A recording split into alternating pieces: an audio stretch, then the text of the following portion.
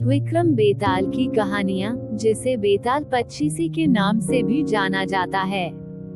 विक्रम बेताल की प्रारंभिक कहानी कुछ इस प्रकार है। बहुत समय पहले की बात है।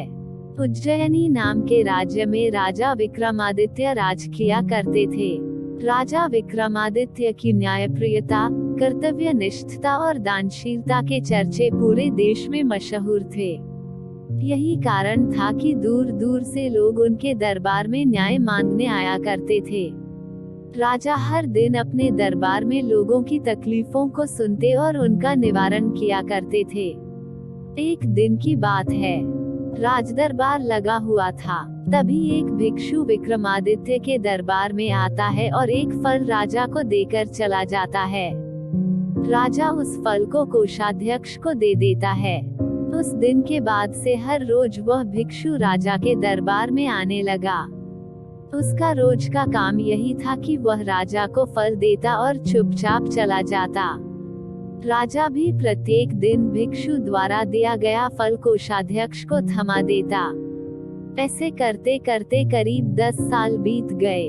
एक दिन जब भिक्षु फिर राजा के दरबार में आकर फल देता है, तो इस बार राजा फल कोषाध्यक्ष को न देकर वहां मौजूद एक पालतू बंदर के बच्चे को दे देते हैं। यह बंदर किसी सुरक्षा कर्मी का था, जो छूटकर अचानक राजा के पास आ जाता है।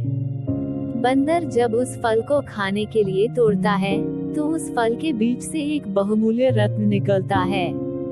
उस रत्न की चमक को देख राज दरबार में मौजूद सभी लोग हैरत में पड़ जाते हैं। राजा भी यह नजारा देख आश्चर्य में पड़ जाता है। राजा कोषाध्यक्ष को इससे पूर्व भिक्षु द्वारा दिए गए सभी फलों के बारे में पूछता है। राजा के पूछने पर कोषाध्यक्ष बताता है कि महाराज, मैंने उन सभी फलों को राजकोष में सुरक्षित रखवा दिया है। मैं उन सभी फलों को अभी लेकर आता हूँ। कुछ देर बाद कोषाध्यक्ष राजा को आकर बताता है कि सभी फल सड़ गल गए हैं। उनके स्थान पर बहुमूल्य रत्न बचे हुए हैं। यह सुनकर राजा बहुत खुश होता है और कोषाध्यक्ष को सारे रत्न सौंप देता है। अगली बार जब भिक्षु फल लेकर दोबारा विक्रमादित्य के दरबार पहुंचता है, तो राजा कहते हैं, भिक्षु, मैं आपका फल तब तक ग्रहण नहीं करूंगा जब तक आप यह नहीं बताते कि हर दिन आप इतनी बहुमूल्य भेंट मुझे क्यों अर्पित करते हैं।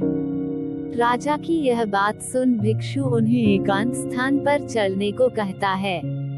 एकांत में ले जाकर भिक्षु राजा को बताता है कि मुझे मंत्र साधना करनी है और उस साधना के लिए मुझे एक वीर पुरुष की जरूरत है।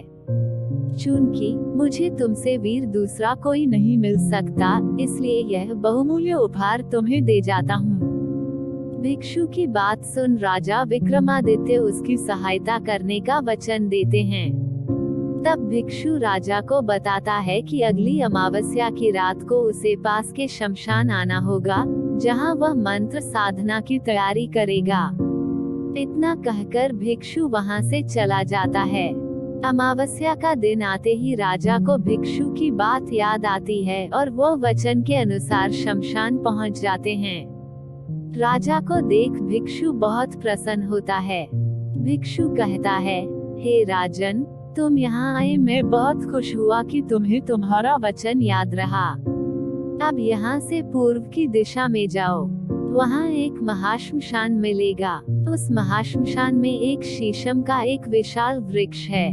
उस वृक्ष पर एक मुर्दा लटका हुआ है। उस मुर्दे को तुम्हें मेरे पास लेकर आना है। भिक्षु की बात सुनकर राजा सीधे उस मुर्दे को लाने चल देता है। महाश्मशान में पहुंचने के बाद राजा को एक विशाल शीशम के पेड़ पर एक मुर्दा लटका हुआ दिखाई देता है। राजा अपनी तलवार खींचता है और पेड़ से बंधी डोर को काट देता है। डोर कटते ही मुर्दा जमीन पर आ गिरता है और जोर से चीखने की आवाज आती है। दर्द भरी चीख सुन राजा को लगता है कि शायद यह मुर्दा नहीं, बल्कि कोई जिंदा इंसान है। थोड़ी देर बाद जब मुर्दा तेजी से हंसने लगता है और फिर पेड़ पर जाकर लटक जाता है, तो विक्रम समझ जाता है कि इस मुर्दे पर बेताल चढ़ा है। काफी कोशिश के बाद विक्रम बेताल को पेड़ से उतार अपने कंधे पर टांग लेते हैं। इस पर बेताल विक्रम से कहता है, विक्रम मैं तेरे साहस को मान गया। तू बड़ा ही पराक्रमी है। मैं तेरे साथ चलता हूँ, लेकिन मेरी एक शर्त है कि पूरे रास्ते में तू कुछ भी नहीं बोलेगा। विक्रम सिर हिलाकर हमें बेताल की बात मान लेता है। इसके बाद बेताल विक्रम से कहता है कि रास्ता लंबा है, इसलिए इस रास्ते को रोमांचक बनाने के लिए मैं तुझे एक कहानी सुनाता हूँ। तो यह थी विस्तार से राजा विक्रम, योगी और बेताल की आरंभिक कहानी। यही से शुरू होता है बेताल 25 की 25 कहानियों का सफर, जो बेताल एक एक करके विक्रम को सुनाता है। कहानियों के विक्रम बेताल के इस भाग में आपको बेताल 25 की सभी कहानियां एक साथ पढ़ने को मिलेंगी। कहानी से सीख: एक राजा को हमेशा विक्रमादित्य की तरह साहसी और पराक्रमी होना चाहिए, तभी वह अपनी प्रजा की रक्षा कर सकता है। ये है 25 कहानी में से प्रथम और पहला कहानी। अगला कहानी के लिंक वीडियो के डिस्क्रिप्शन बॉक्स में मिल जाएगा। कहानी अच्छी लगी तो अपना राय कमेंट बॉक्स में जरूर बताना। हिंदी कहानियाँ एवं प्रेरणादायक प्रसंग के लिए हमारे चैनल राजनगर हिंदी स्टोरी को सब्सक्राइब करें और पास में घंटी को टच करना ना भूले, ताकि हम आपके लिए अच्छी हिंदी स्टोरी अनसुनी कहानी प्रस्तुत कर सके। धन्यवाद।